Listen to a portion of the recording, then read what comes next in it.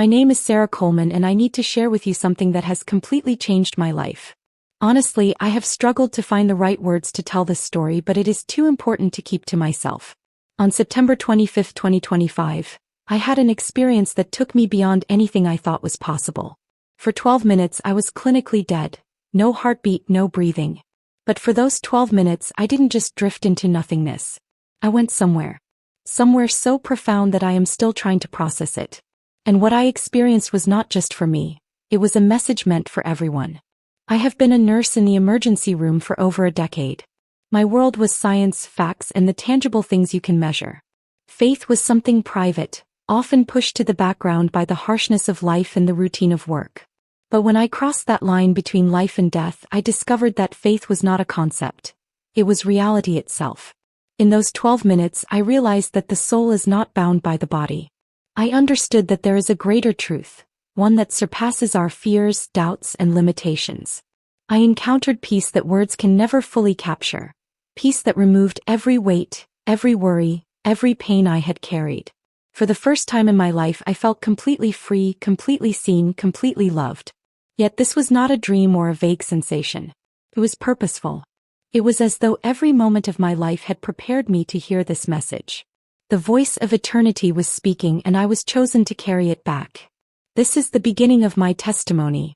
It is not about me being special. It is about God's love and the call to awaken. What I share in the next parts will challenge you, perhaps even shake you. But I cannot stay silent. This is a warning, a promise, and above all, an invitation to faith.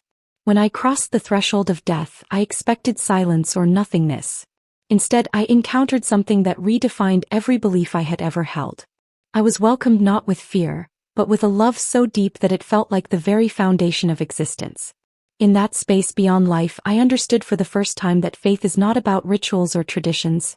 It is about relationship, trust, and surrender. I remember sensing that my earthly worries, my mistakes, my endless striving had no hold there. Everything that used to weigh on me simply dissolved. And yet I was not empty. I was filled. Filled with clarity, with purpose, with an awareness that life is more than survival. It is preparation for eternity. In those moments I felt a gentle call in my spirit. It was not a command shouted from above, but a whisper that carried eternal authority. Stay close to me. Return to my word. Do not be distracted by the noise of this world. It struck me how easily we lose sight of what truly matters. We let our phones, our fears, our ambitions steal our attention, while the voice of God patiently waits for us to listen. That realization pierced me deeply. I saw how many times I had chosen busyness over prayer, distraction over devotion, and how often I had placed my trust in what I could see rather than in the unseen hand guiding me. And yet, instead of condemnation, what I felt was mercy. Mercy that embraced my weakness and offered me a chance to begin again. This, I believe, is the message not just for me but for all of us. The call to return, to awaken, to remember that the world is temporary but God's love is eternal. And if we anchor ourselves in that love, even death cannot shake us. If this testimony is stirring something in your heart, I invite you to respond. Comment your thoughts, share your faith, and subscribe to this channel so that together we can encourage one another. May the Lord's blessing and protection be upon all who choose to walk this path of faith. As the moments unfolded, I felt as though I was being prepared for something greater. It was no longer just about my own life or my own faith. It was about the message God wanted to place within me. In that place beyond time, I was shown how humanity is walking dangerously close to forgetting Him, not because He has abandoned us, but because our hearts have become consumed with distractions. I began to see images in my spirit, not like dreams but like revelations. I saw people everywhere staring into screens, chasing after temporary pleasures and losing sight of eternity. I understood then that the enemy's greatest weapon is not fear or violence. It is distraction. A heart that is distracted cannot hear the gentle whisper of God. A soul that is restless cannot find the peace that only He gives. But the vision did not stop there. I also saw hope. A wave of light began to rise in different places, people turning back to prayer, families kneeling together, communities lifting their voices in worship. It was a reminder that even in the darkest hour, God's Spirit never stops moving. And those who return to Him will be strengthened to endure what is to come. What struck me most was the contrast. Some hearts remained cold, wrapped in the noise of the world, while others were awakened, burning with faith. I realized that this division is not just a future event. It is happening right now, every day, in every choice we make. The voice of Jesus impressed upon me a truth I cannot forget. Tell them to stay rooted in my word. The storms will come, but my word is the only foundation that cannot be shaken. These words carried weight, not of fear but of urgency. It is not about predicting dates or fearing the end. It is about being faithful today. And that, my friends, is what I feel called to share with you. The time is now. The choice is yours. To live distracted or to live awakened. To place trust in the world or to anchor your life in Christ. The revelation continued, and it became heavier, more urgent. I was shown that faith is not a matter of comfort but of courage.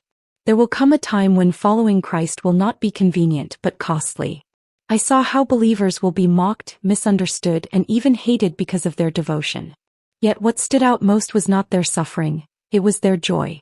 Their faces shone with peace that no darkness could steal. I understood then that true faith is not proven in easy days but in trials. It is in the moments when the world pushes against you that the depth of your trust in God is revealed. And in that vision, Jesus reminded me, do not fear the fire of testing. My Spirit will strengthen those who stand for me. Their reward is eternal. Those words pierced me because I realized how often I had taken my freedom of faith for granted.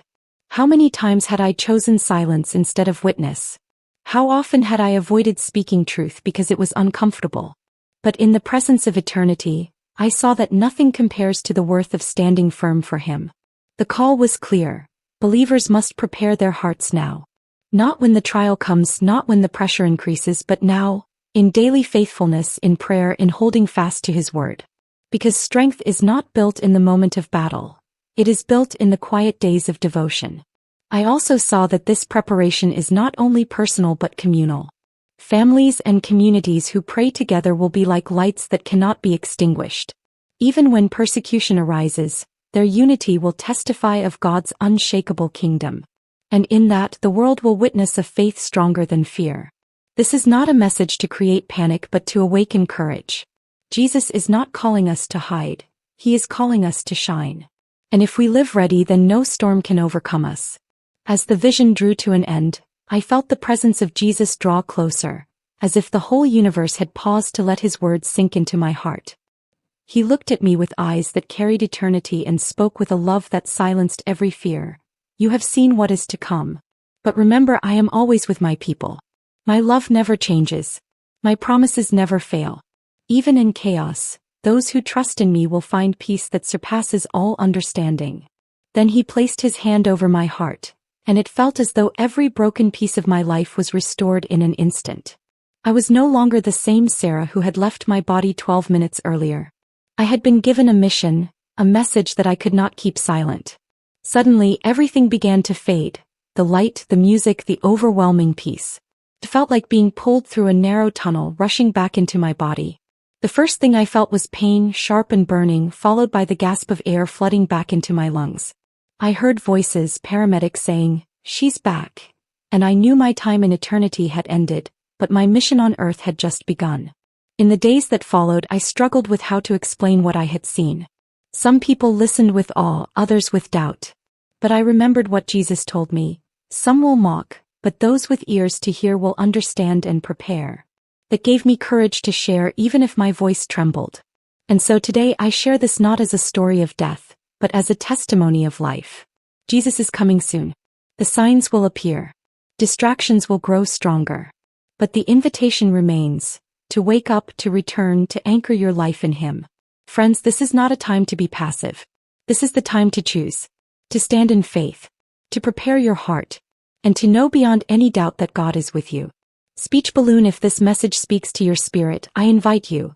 Comment below with your prayer, share this testimony, and subscribe to this channel. May you be covered by the blessing and protection of the Lord as you walk in His truth.